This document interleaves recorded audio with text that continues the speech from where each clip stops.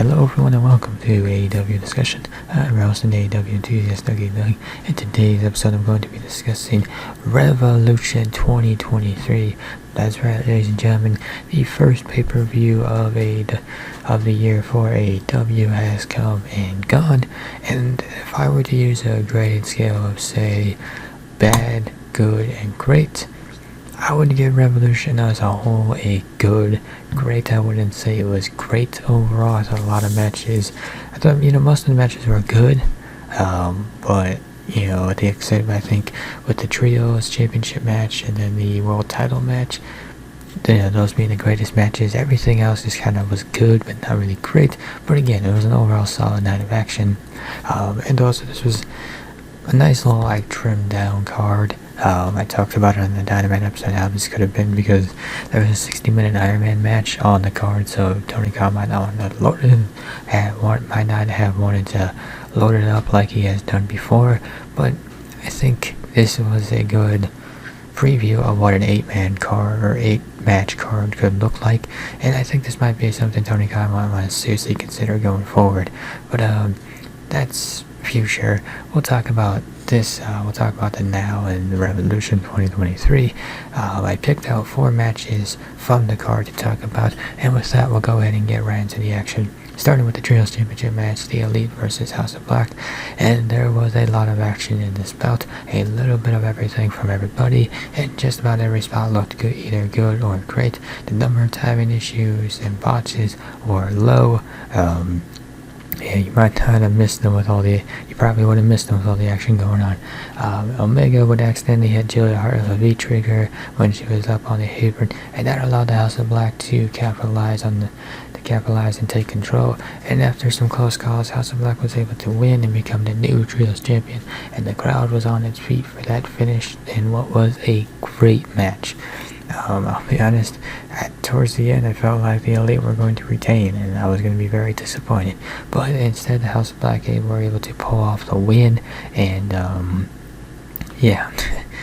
match that they had to win, they won. They now have Trios Gold, and I'm certainly looking forward to seeing what the House of Black will do in the Trios division. And as for Omega and the Young Bucks, what does that mean for them going forward? In my mind, I'm thinking Kenny goes back to a singles run, although what he would be going for, I have no idea. Jamie Hayter versus Ruby Soho versus Saraya for the AEW Women's Championship, and all 3 women were involved in most of the action, but there were some sequences where one would roll out of the ring and the other 2 would continue the action. Surprisingly, the match did not end as a result of a finisher. Rather, Hayter would retain the title by pinning Soho after exchanging combinations between the 2 of them. After the match, Storm and Saraya would attack the champion after the bell, and it looked like Ruby had chosen the side of Hayter and Baker, only to turn on Hayter and Baker and end up siding with Storm and Saraya. Now, the way this all ended might have been a bit weird, but the match itself was fun. All 3 competitors looked great. Most importantly, Saraya got involved in a championship match. She did not win, but she certainly looked good. I know there's been some criticism of her performance, but I think the important thing to remember is that Saraya is still trying to round into in-ring form. Give her some time, I think she'll be just fine. And as for Soho, I like what she did with her hair, and also she apparently is turning character as well too. So this little, so it appears that things are not over with Hayter, Baker, Saraya, and Storm, and now Soho's in the mix too, so this is going to drag on. How much longer is it going to drag on? Who knows? But Hayter and Baker are going to need to find themselves another ally. Who that will be? They got some options, but I guess we'll see who they pick for that. But nonetheless, Hayter gets a win here. Doesn't seem like she's moving on to a new opponent in terms of defending the title, which is a bit of a shame, but the current storyline that she's involved in is pretty good. But I think it's also important too that she enters into her own music if she's going to be competing in matches, rather than making her entrance.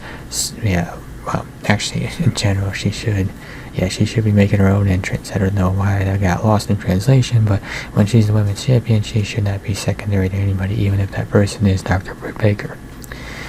Jon Moxley versus Hangman Adam Page in a Texas Death Match.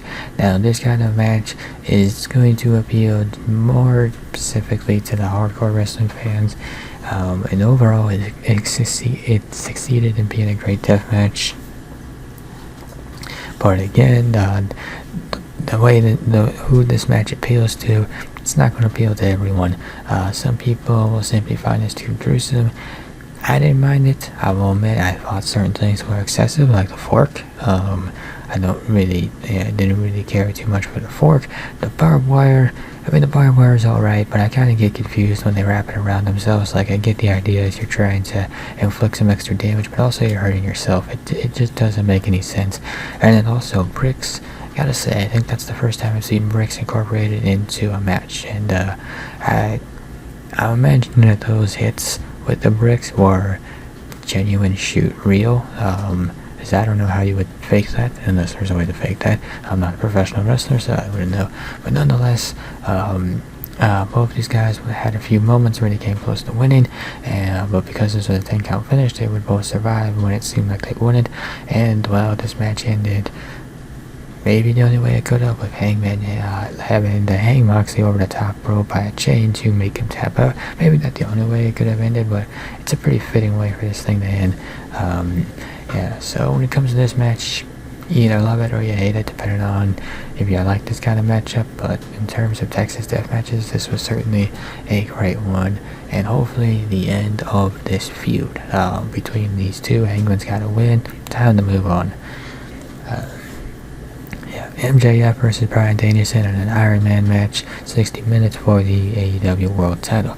So the way this played out might have been somewhat predictable, but it was all executed well enough to make it work. This whole match was exactly what it needed to be for both men to get as much out of it as possible. After MJF would barely escape a heel hook submission, he would use an oxygen tank as a weapon, while the ref couldn't see it. Now, the reason why there was an oxygen tank was because, well, the match pretty much ended in a draw, but then Tony Khan decided to sudden death overtime, which honestly I don't know why that wasn't announced ahead of time. It would have just made more sense. Match ends in draw, it's a sudden death overtime, but also probably they need the match to end in a draw. Granted, they only won an extra 5 minutes, and the crowd was certainly into it the entire time, but yeah, I don't know, probably could have just gone without the whole thing. So yeah, the American Dragon would end up tapping out to his own bell lock submission and give MJF the win. Now, there might be some complaints coming out of that, but it was an overall great main event. It was also nice to see the crowd is still invested in that match. I could understand if they were lacking in energy a little bit. Pay-per-views can be tiring, especially when the last match is 60 minutes, but I'll give them credit. They were with it the entire time, and I certainly understand the sentiment for Danielson being champion. I want him to be champion, but there's just no way MJF's going to lose, and nor should he lose in this, nor should he lose, so he retains his title. The next pay-per-view is Double or Nothing in May. I don't know if the plan is to wait until Double or Nothing for MJF to defend the title, but if you think about MJF's character, that would be exactly the kind of thing that he would do. He would wait until Double or Nothing to do it. Nonetheless, I like this matchup between Danielson and MJF, but there's no reason to continue this. Let's just move both guys on to whatever's next. And just to do a quick recap of the other matches, so Ricky Starks would get a victory over Jericho. Congrats to Starks on that. What that means for him going forward, who knows. Jungle Boy Jack Perry would defeat Christian Cage in a final burial match that was really just more of a coffin match.